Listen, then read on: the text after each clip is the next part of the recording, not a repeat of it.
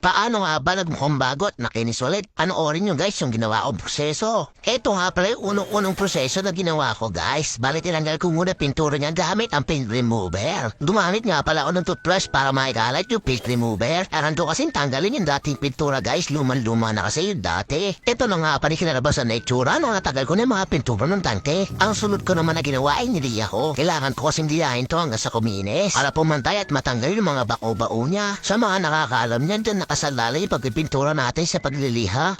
Sure natin na pantay talaga para kahit paano ay maging maganda yung resulta. Bali sa part ng hanay na natapos na ako sa pagpipintura ng tangke. Dito naman tayo sa pagpaprimer. Naalala ko nung bike pa lang ipinipinturahan ko ay di pa ako gumagamit ng primer nung bata pa ako noon. Pero napakahalaga pala ng primer kapag nagpipintura ka dahil isa pala to sa nagpapakapit at nagpapatibay ng pinipinturahan. Dahil sa sumasayid niya yung wire ng gas floater ay binilutaw na ng tape para nahanat siya. Para naman di siya maging sagaba sa pagpipintura. Nilapatuyo at napatigas na yung primer ay niliya ko na. Liliya ko nga palagyan yung magagaspang na part kasi maiiwasan na kapag nag-primer kayo may magaspang na buga. Dito na nga magkakaalaman. Ito na nga yung part na hulay talaga ng tangke yung binubuga ko. Yung kulay itim na ibubuga natin na hulay. Bali binipinturahan ko lang siya hanggang sa matakpan buo hanggang sa maging kulay itim na talaga yung tangke. Ito na nga pala nag-resulta na naibuga ko na yung pintura halos mukhang tapos na. Pero kulang pa yan dahil wala pa pinakatap ko yung pampakintab ng pintura. At dito nga sa part na ito ay binubuga ko na yung top ko. Nung naabuga na yung pampakintab dito nga ay makikita mo na yung talaga malaking pagbabago ng tangke. Ito na malapit na matapos makita na natin yung resulta. At ito na nga yung final look. Ito na yung resulta at mga kinabinugan natin kanina. Kung makikita nyo nga sa personal, napakalaki ng pinagbago niya kumpara sa dating itsura. Yung tipong kaninang kalawangin na tangke lang ay ito na yung naging itsura. So okay na muna to kaysa bumili ng bago. Dahil nga sa original at matino pa naman ito. Nga pala dati yung itsura mga tropa at ito na ngayon yung kinalabasan. Alright, salamat!